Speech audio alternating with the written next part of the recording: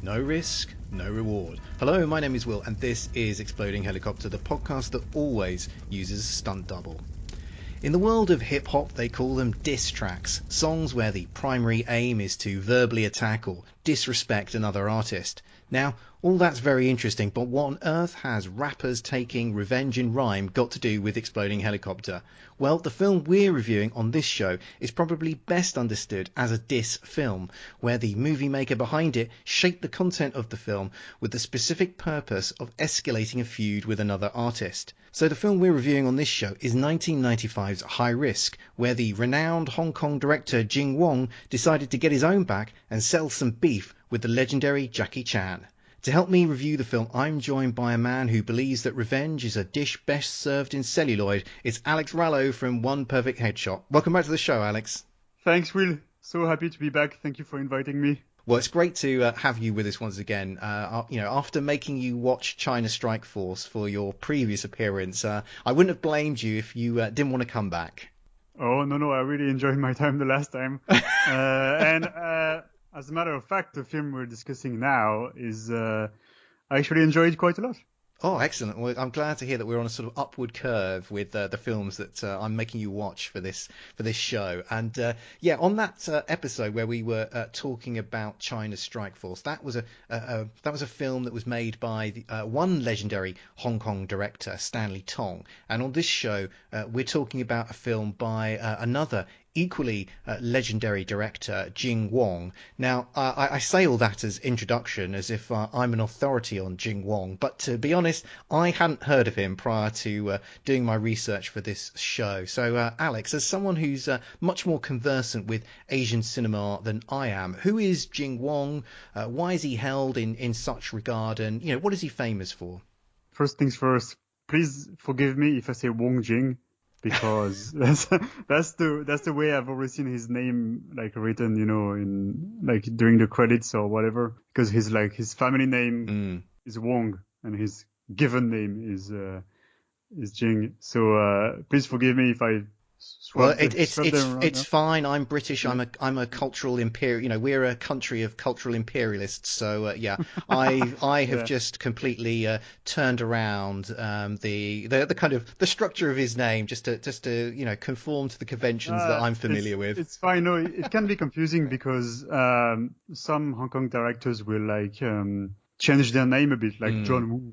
So Woo is obviously his family name. But then other directors will not change it, like Wong Jing or Choi Hawk, and so you'd have Choi is the family name and Hawk is his own given name. But it's the same with Wong Jing. So sometimes, and some websites, they swap it around anyway, like IMDb, I think they swap it around.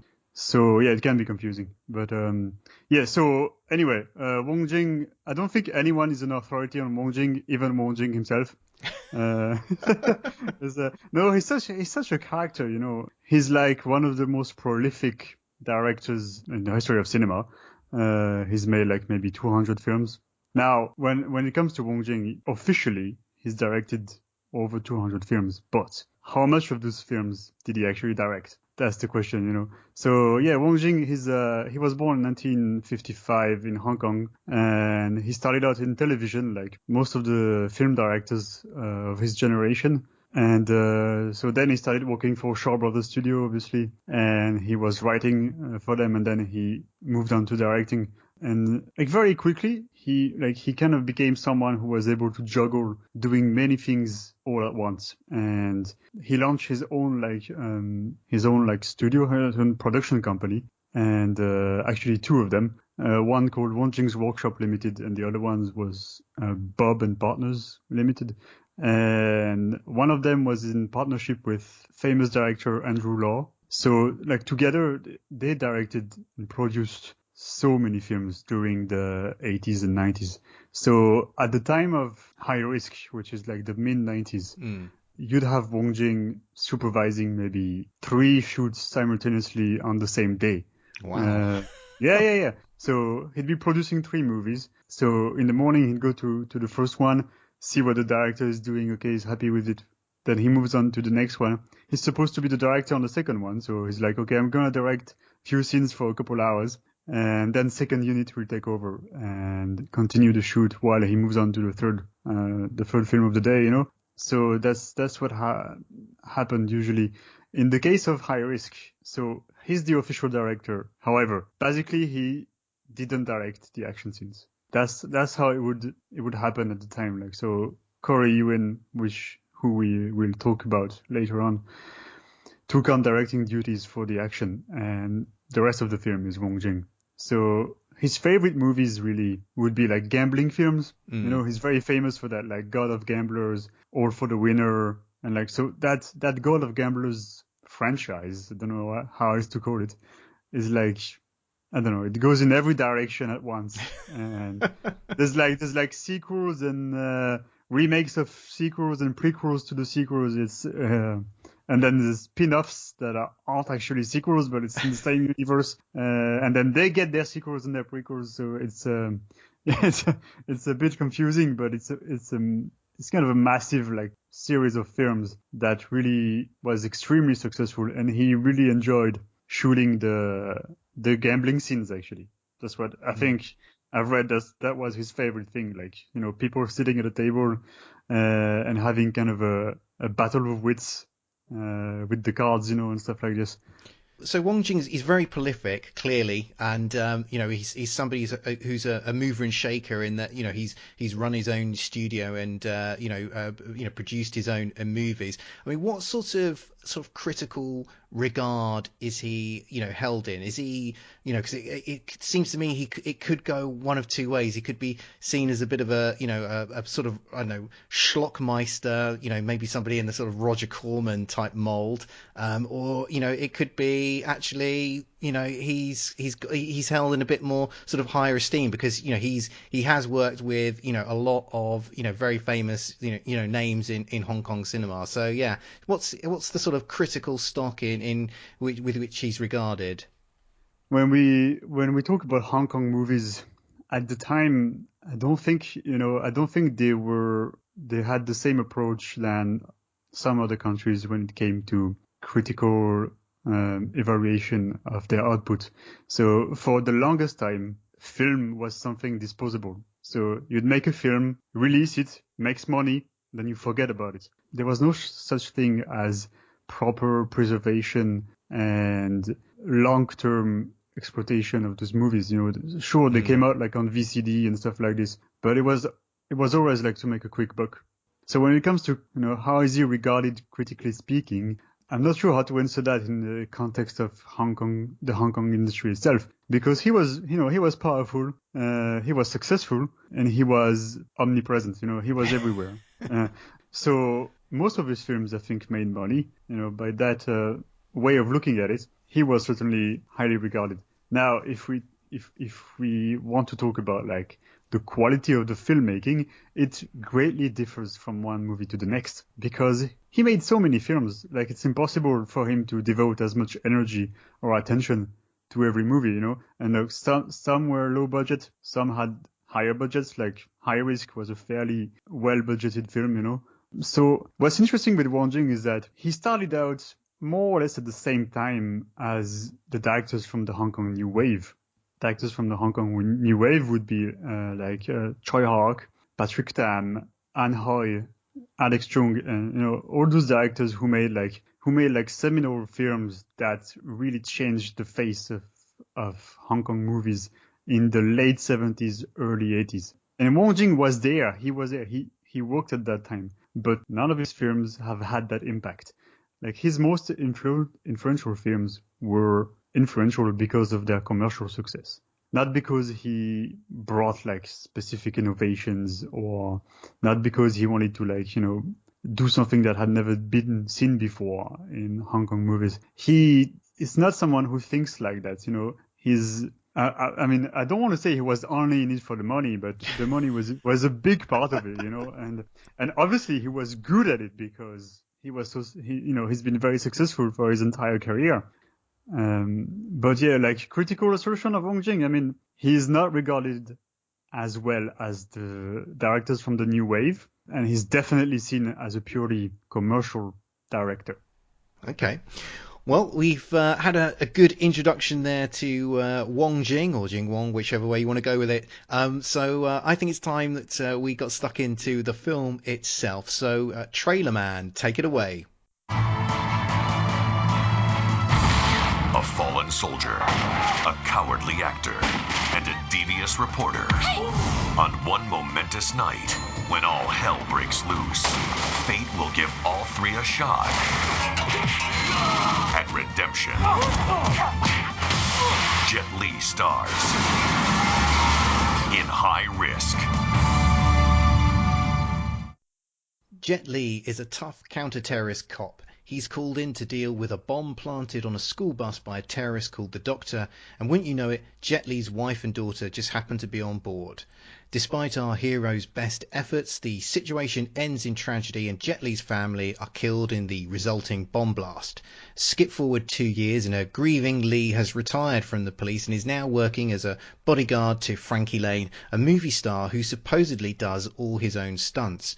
But Frankie is too busy drinking and womanizing, so he secretly delegates all the rough stuff to Jet Li. Unfortunately for Frankie, a sneaky reporter appears to have cottoned on to the fact that he might be a fraud. The situation becomes infinitely more complicated when Frankie is invited to a swanky party in a skyscraper just as terrorists, led by the Doctor, capture the building in order to execute a jewel heist. With police efforts to deal with the situation proving ineffective and after realising that the Doctor is the man who killed his wife and child, Li sets about thwarting the criminal mastermind's deadly raid.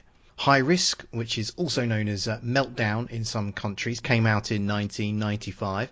In the lead role we have Jet Li, the star of Hero and the Once Upon a Time in China series, not to mention Cradle to the Grave, which exploding helicopter fans will know includes 2 chopper fireballs. As Frankie we have Jacky Cheung, who is a very popular singer and sometime actor, and there are some other sort of well-known and familiar Hong Kong actors in this film as well, including Valerie Chow, Chingmy Yao and Wu Ma.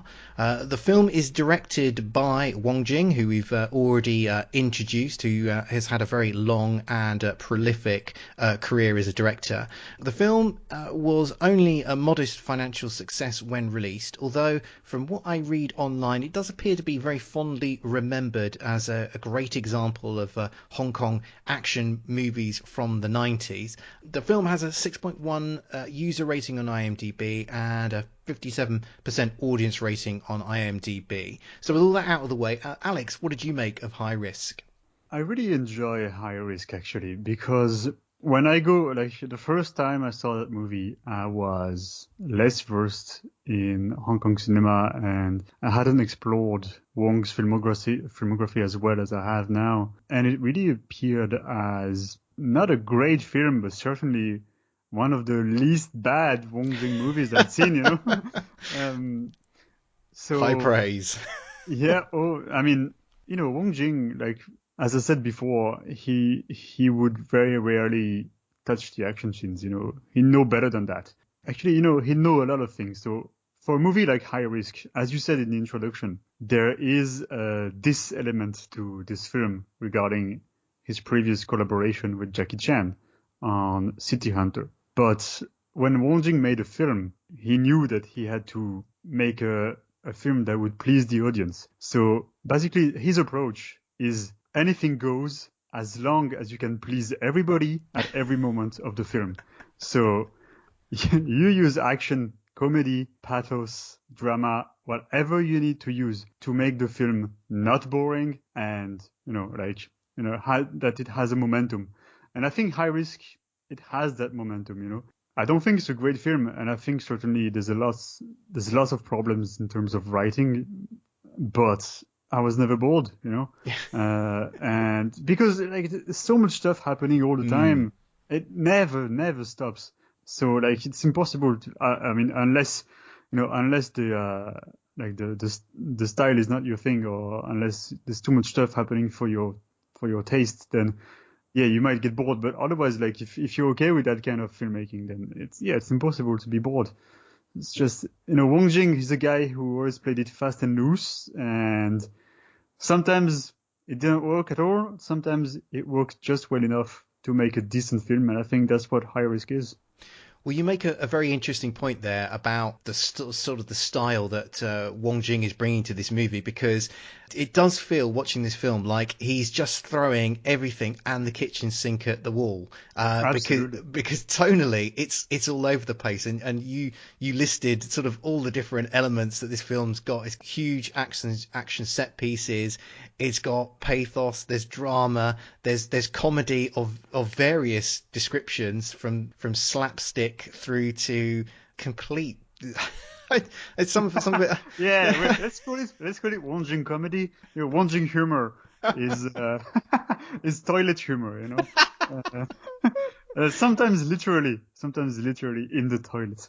Yes. Well, I think we should probably talk about that scene a little bit later, definitely, because there's a very strange scene that takes place in a toilet. But yeah. Oh, it's not his Francis toilet scene. It isn't. But yeah, I mean, this, as you say, this film, I mean, tonally it is all over the place, but yeah, there's something happening in every scene, and it for whatever you make of it, it's certainly not dull. I mean, there's always something happening in a particular scene. It did feel like a very 90s film in terms of its style and tone, and I did think I particularly enjoyed the villain that we get in this film. The Doctor character he's a fantastic sort of smirking, urbane villain, and he really seems to relish his villainy, which is something I always like to see in a baddie. Yeah, so he really brought a lot to the film in kind of reveling in that particular role. But there was one, despite sort of this film, having some of the problems I mentioned, but also having some of the positive aspects of the fact it's just there's just so much going on. It's just generally always entertaining. There was that one aspect that I did feel let the film down, and be interested in your opinion on this, which was I found Jet Li's character a bit bland. I thought he's a bit of a blank as a character, and I felt like that let the film down a little bit. So I don't know what you make of that. Yeah, you're not wrong. I think when Wong Jing conceived of High Risk, he had this idea to get back at Jackie Chan. So the main character of the film really is the one played by Jacky Cheung, who the character's name is Frankie, playing that caricature of Jackie Chan. But he can't build the whole film just from this character, So he need like a more traditional action hero to go with it, So I think that's when the idea of the Jet Li character comes in, and he uses the cheapest tricks to try and give him some sort of a strong backstory, or at least a motivation that's easy to understand. So like the film opens with within, I think, after the opening credits, I think you have to wait like 20 seconds, and like terrorists are already like putting children in a bus with a bomb in it. So the introduction is like, it's typical Hong Kong action movie streamlining. It's just the bare minimum of information that you need, and I think the scene, it works in that kind of style. And that scene, that opening scene, that's like reminiscent a bit of things like maybe Speed. Oh yeah. And he's gonna twist it by making it end badly. It's not a spoiler because it's like in the first 3 minutes, but like the Jet Li character loses his wife and child in the first scene of the film, and that is going to motivate him to stop the terrorists later on, because he recognizes that it's the same guys. So the Jet Li character is pretty bland, and like most Wong Jing characters, I think. And really what interests him the most, I think, is the other character. For other reasons, yeah. Well, let's get stuck into that particular aspect of the film, because it is one of the most notorious aspects of it, because it this sort of film does set out to skewer the reputation of Jackie Chan. Now, the background to this beef is a film called City Hunter that Wong and Chan worked on together a couple of years previously. Now, apparently the pair did not enjoy working together, and that's is what appears to lie behind the character of Frankie Lane, this movie star who's portrayed as a bit of a buffoon. I do think casual viewers of this film could probably overlook that aspect. I mean, if you're not overly familiar with Jackie Chan, then I think you could easily overlook that aspect of it. But Alex, as someone who's sort of, more versed in Asian action films, I mean, what did you make of this character and the score settling that is going on here? I mean, how fair is some of the characterization of Chan that Wong is doing here? Okay, two things. First, you're right. I think casual viewers, can easily not get that part because you'd have to be a bit familiar with the Hong Kong film industry. I mean, with the films from Hong Kong. But at the same time, they're also, as soon as you are a bit familiar with it, I think it's easy enough to get a sense that this character might be, a diss on someone. Not necessarily know straight away who, if you're not really familiar with the persona of Jackie Chan. But I mean, Frankie character he's like a goofy character, presented as someone who officially does his own stunts, who depends a lot on his manager. So all of this pertains to the Jackie Chan persona. But at the same time, he's dressed like Bruce Lee, and his fighting style is similar to that of Bruce Lee, and he's seen using nunchucks, in several scenes. And he wears the yellow jumpsuit, obviously, and he does the small screams that Bruce Lee used to do as well. And then there's other signifiers in the film with regard to that character. Like, for instance, music, like the music that's used for the Frankie character will morph into the music from Once Upon a Time in China, used for the Wong Fei-hung character, who was played by Jet Li, So he's kind of like an amalgamation of several action stars at the same time. And some of those clues can easily be seen even by fairly casual viewers. So I think it gets, you quickly get a sense that, okay, there might be more to this character than meets the eye. So that was the first thing.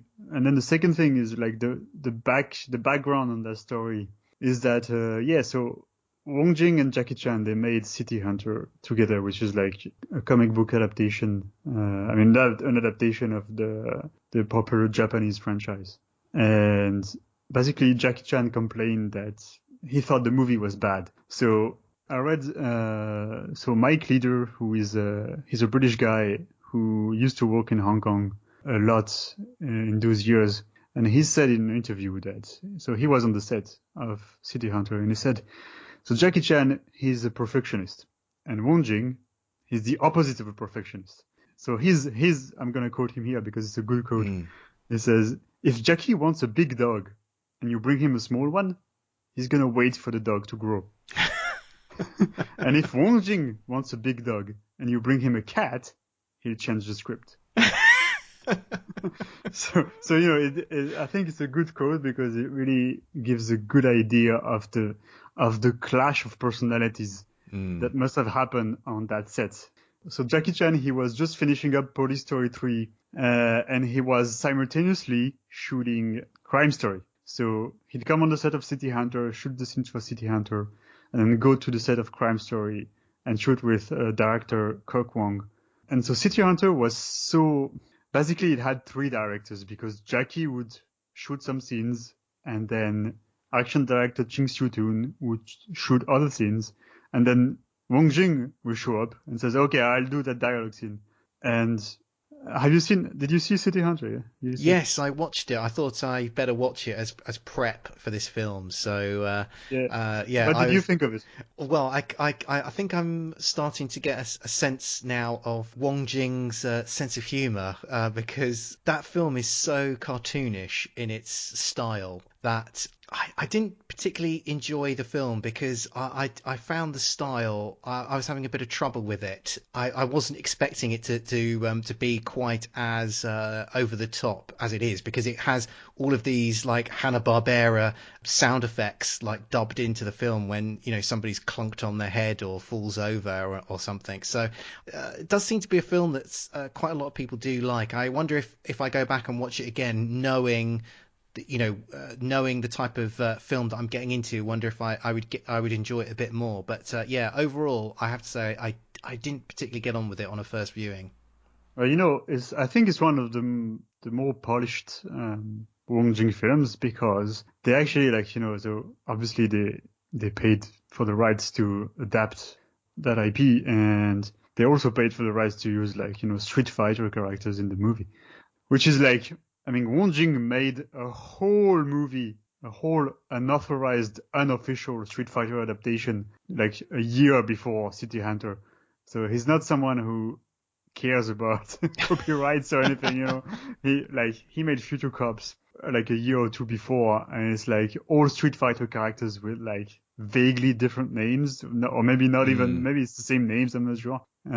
So he doesn't care, but Jackie Chan, he did care, so he did secure the rights, and secured the rights for City Hunter as well, and wanted a polished, a good looking production, So I think it's one of the most good looking films that Wong Jing has made, but at the same time, because they had such different styles of working, I think Jackie Chan ended up realizing that Wong Jing was to him, Wong Jing was a lazy con artist.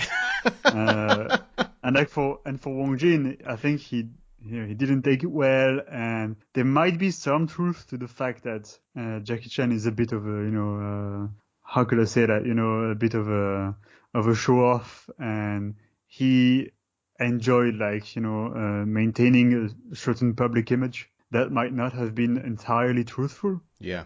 But at the same time, he's well known, and it's been said by basically everybody else in the industry that yes, Jackie Chan did work that much. He did go through such extent that he would injure himself, a lot on the shoot. So it's well known and well documented. So the caricature that Wong Jing presents in High Risk with the character of Frankie is obviously over the top. There might be a tiny bit of truth to it, but it's really to get back at Jacky, who didn't enjoy working with Wong Jing at all on City Hunter. Yeah. Well, let's talk a little bit more broadly about the action that we get here in this film. So, there are some, very big set pieces within this film, and then there are some smaller scale fights as well. So, yeah, what did you make of the action that we get in this film? I think it's pretty decent, because it's directed by Corey Yuen, who was, I think, one of the best action directors in the Hong Kong film industry at the time. So you might have seen No Retreat, No Surrender. So he made that in America, but at the same time he worked in Hong Kong, and he directed not just action directed, but just directed stuff like Righting Wrongs and Yes Madam and Women on the Run. All those movies, I don't know if you've seen them, Will, but they're all extremely well regarded, successful, and just beloved action movies from Hong Kong. And the production values and the quality of the fights is just up there with Jackie Chan's best stuff. So he was a very talented guy, and obviously on High Risk, because the budget was big enough, Wong Jing went to Corey Yuen and said, "Okay, I want you to take care of the action scenes," and I think he did a pretty good job. We get, we get a couple of really really cool ones. So you have several bad guys. So there's Jet Li against the Doctor's brother, right? It's it's just after the midpoint, I think. It's a pretty good fight scene. So that guy, the Doctor's brother, is played by, I think it's Ben Lam. Ben Lam, who was part of the Jackie Cheung stunt team, actually. Oh. Yeah. And, but he did a lot of other productions as well, obviously. He had to work a lot.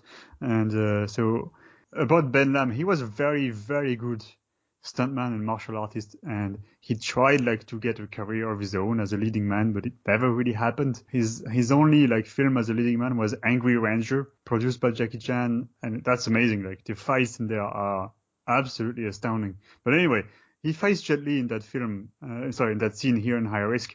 And I think it's a pretty good scene. You got a good pace, some nice shots. It's kind of like a dark-ish scene, and you've got light coming through like the walls and the windows, like beams of light, so it creates kind of like a good atmosphere as well. So there is a bit too much undercranking at some stage. I think when, Jet Li, he grabs like I don't know if it's a bar or a pole or something, and he keeps trying to hit him on the head with it. And, and that scene, that short scene, like it's undercranked a bit too much. It starts looking a bit like too humoristic, which is the only downside to that scene. And the kill at the end is very brutal. The guy gets impaled with like a railing. I don't know, like. Yeah, I'm not sure what to call it either, but yeah. That stuff you hang spotlights from on the ceiling, But I think outside of the helicopter that we're going to talk about later on, there's that very fun scene in the hotel lobby. With so Jet Li and a completely useless character, like a cop. That character is completely useless. Like, I don't know why they included him, but so Jet Li and the cop, they drive a car into the hotel lobby and like drive in a circle while firing their semi-automatic weapons. And that's the kind of idea, that probably wouldn't really fly anywhere else at the time. But here it's like, yeah, sure, let's go for it. And then they drive. I mean, that's pretty cool to start with, but then they drive the car into a lift, which they then take up several floors as well. Yes. It's like, it's like in the Hard Boiled, they create a break in the fight scene by having the characters go into the elevator for a few seconds and then they start again. Like, I'm not saying it's a one shot. It's not a one take here at all, but the pace, is kind of like, it's the same idea. And so one of the lift opens and all the goons fire inside the empty lift, and the lift right next to it, which didn't beep. The car drives through the doors, and oh wow, there's two guys in the car coming out of the lift, and they keep firing their weapons, and eventually like the car is destroyed. But it's a pretty cool scene. I think it's fairly well executed as well. Let's have a little discussion about the humour in this film, and it was, as somebody coming to this film not very familiar with Wong Jing, the humour that we get in this film really stood out, not necessarily always for good reasons, because some of it is incredibly crude, and it's often thrown in at very strange moments where you just think, this should really be a straightforward dramatic scene, but then it's almost like he can't resist. Bit worried about people might be getting bored, so I'll throw some comedy in or something. And that's exactly it. Not a second of rest for the audience. No. But there was a very, very peculiar. There were several toilet scenes in this film, so I'm interested in the toilet humour of Wong Jing, and obviously being British, toilet humour is practically our national religion here. There was a really strange scene where we've got the female reporter character who's gets wrapped up in the action. She's the one that's sniffing out Frankie's fraudulent career as an action star. Yes, she's actress Chingmy, and she was extremely well known as like the terminology at the time was she was the goddess of Hong Kong films, and so she was in like City Hunter as well, but she was mostly in Naked Killer, which is like a R-rated action movie from, who do you think? From Wong Jing. Yeah. But I was just gonna say she's in this. She tries to sort of hide from some of the villains in this toilet, which is very elaborately decorated, and the doors of the toilet. The doors of the toilets all have like pictures of people sitting on a toilet, like painted onto their doors. And so the joke in this scene is that she's got the door open, but then that she's just sitting very still, like frozen on the toilet, pretending as if she's the painted artwork. And so, no, but be honest. Be honest. Would you have thought of that? would you have had that idea of like, okay, let's have doors with people sitting on them, sitting on the toilet seat, painting over them. It's like, it's genius. It's genius. I'm sorry, but like I mean, I don't know when did you watch the film? When did you watch the film? 2 days ago, 3 days ago? Yeah, it's a couple of days ago, yeah. Yeah. Well, you're still laughing about it now, you know? I mean, so clearly it worked, you know? It did. I mean, I really enjoyed that particular moment of the humor. But then the scene gets really weird, because then all these snakes just get thrown into the toilet by the villain. And she sort of then starts freaking out at the presence of these snakes, and it's like, but there were no the idea that anyone's got a bag full of snakes, unless I've had a massive blank, that's never been established at any point in the film, and it's just like, oh, but Will, you're watching this film way too much from a logical perspective. You can't do that. It's a Wong Jing film. You can't do that.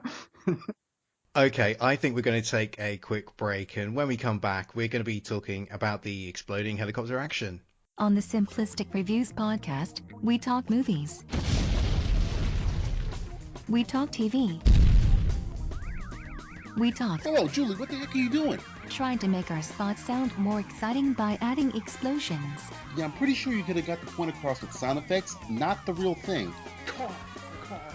Download this show on iTunes or at simplisticreviews.blogspot.com. I'm sure your insurance company will cover that. No, they won't. No, they probably won't. We're back, and now we're looking at the exploding helicopter action. This occurs towards the end of the film. The terrorists have demanded a helicopter so they can make their escape from the skyscraper. Jet Li, who's now trapped outside the building, commandeers the chopper. He flies to the floor where the terrorists are holding the hostages. The villains open fire on Jet Li, who makes a rather improbable jump from the chopper onto a window ledge. The pilotless copter then crashes through the skyscraper's window. It skids across the floor, creating havoc before exploding several times. Alex, what did you make of the exploding helicopter action? When you told me you wanted to talk about this film, I did not remember it had an exploding helicopter in it. So I was like, okay, well, I'm looking forward to rediscovering that scene. I wonder how well they pulled it off. Well, it turns out that pretty well. Pretty well, yeah. I mean, I didn't expect it to be this good. So there's a couple of shots, especially from the outside when Jet Li starts taking off with the helicopter. You can see it's like a small model. You can see again the model when the terrorists are shooting from the windows or the balcony onto the helicopter, and there's lots like a sparks on the model. You can see a bit that what it is. But then as soon as the helicopter crashes through the windows and starts, like, as you said, like skidding on the floor, you know, I was like, wow, that's really good. Like they used a proper, like, probably not a proper helicopter, like a fake one, you know, but it looks good though, doesn't it? Yeah, it looks good, like life-size prop that actually like rampages through like the whole set.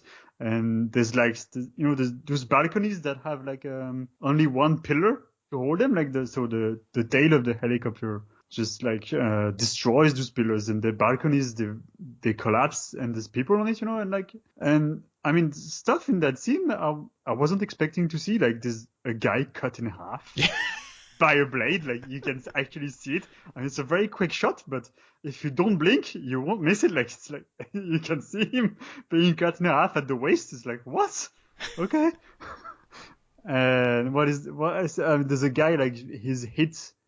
I think he's hit from the back, like by the helicopter itself, and so I think the stuntman was pulled with incredible strength out of the frame. You can see him like being jerked out of the frame, like I mean, I think that guy just severed his spine or something. There's no other way. But yeah, it's a good. I don't know how long it lasts. Maybe like almost a minute. That's in because once it crashes through the window, I mean they sort of make the most of the idea of this vehicle just sort of skidding around like out of control. I mean, I guess much like the vehicle, that car scene we have earlier, where it's skidding around the lobby and then it goes in the elevator and then comes out on another floor. I mean, they're like, okay, we've got a helicopter and it's crashing into a building. They're like, okay, what is the most we can make out of it? And so I thought I really enjoyed this particular sequence, because I just thought, if you're going to have I've seen umpteen helicopters crash into a building and explode, but I've not seen one just sort of slide through the glass exterior of the building and then start creating havoc on the floor inside. So I thought I tipped my cap to Wong Jing for this particular action set piece, or perhaps perhaps the credit should go to Corey Ewan for it. Because, probably should. But I just thought, well, they've had an idea and they've absolutely gone to the absolute max with it. And I thought it was a great scene, and the helicopter explodes multiple times as well. So again, just shows you how they just want to make the absolute most of this particular idea that they've come up with. There's one thing that I thought was, again, it's something you'd only see in Hong Kong films. It's like it's a POV shot from the point of view of the helicopter of the empty helicopter. There's no one in there. But it's a POV shot from the cockpit when the helicopter kind of like, it turns like on its head, when it's about to stop skidding, like it turns like on its side at least. And the camera just pivots, like a 180 on itself like this. It's like as if you were in the helicopter, like having like as if you were having a car accident, you know what I mean? It's like, so, and it's like, I'm sorry, but who sees that? Like, why is this shot in here? And it's the kind of shot you'd only see in Hong Kong movies. And the scene is good enough that it doesn't take you out of it. I just saw the shot and I was like, wow, hey, that's a great idea. Well, when you think about helicopters as much as I do, you welcome, shots within movies that are from the point of view of a helicopter, because, I want to be inside the mind of this inanimate vehicle. But glad that somebody's kind of let's have some more of it. That's what I say. Well, I think that probably just about wraps things up for this show. Alex, thank you once again for joining me. Do you want to take a moment to tell people where they can find you online and what they can find when they get there? Yeah, there's only one place you can find me online. It's on Twitter. So the handle is at head exposure. And the name of the account is One Perfect Headshot. And it's basically, it's been a few months now, but I've only been talking about action movies lately. I used to talk about other stuff as well, but I've been in a very action heavy period in my life. So that's what you can expect. Talks about clips from action movies, sometimes breakdowns from action scenes if I'm inspired and I have the time. Mostly just positive stuff. I don't have enough time in my life to talk bad about movies on Twitter. So if you want to have a laid back conversation about action films, sure, pop over to Head Exposure. Yeah, well, I would heartily recommend people go and do that. I've certainly been building up a very extensive, very long watch list of films based on the ones that you are talking about. So yeah, if you're interested in cinema of action or other particular hues, I'd go and give Alex a follow over there. As always, don't forget to check out the Exploding Helicopter website at explodinghelicopter.com. You can follow us on Facebook, Twitter, Instagram, Tumblr. I think that's everywhere. If you can help spread the word about what we're doing, I'd be very grateful. We'll be back soon, but until then, keep watching the skies for those exploding helicopters.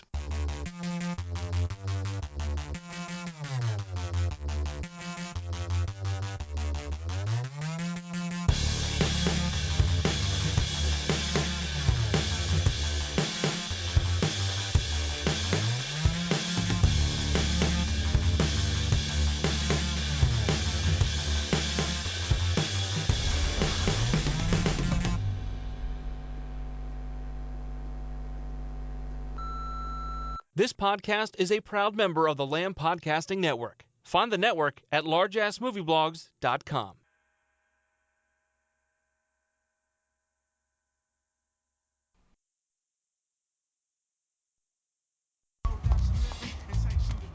The hot tub line? That's so lame. It surely worked on you, didn't it? Oh, I heard Frankie Lane is gonna be at the exhibit tomorrow. Really? Frankie the martial artist? His cinematic fights leave something to be desired.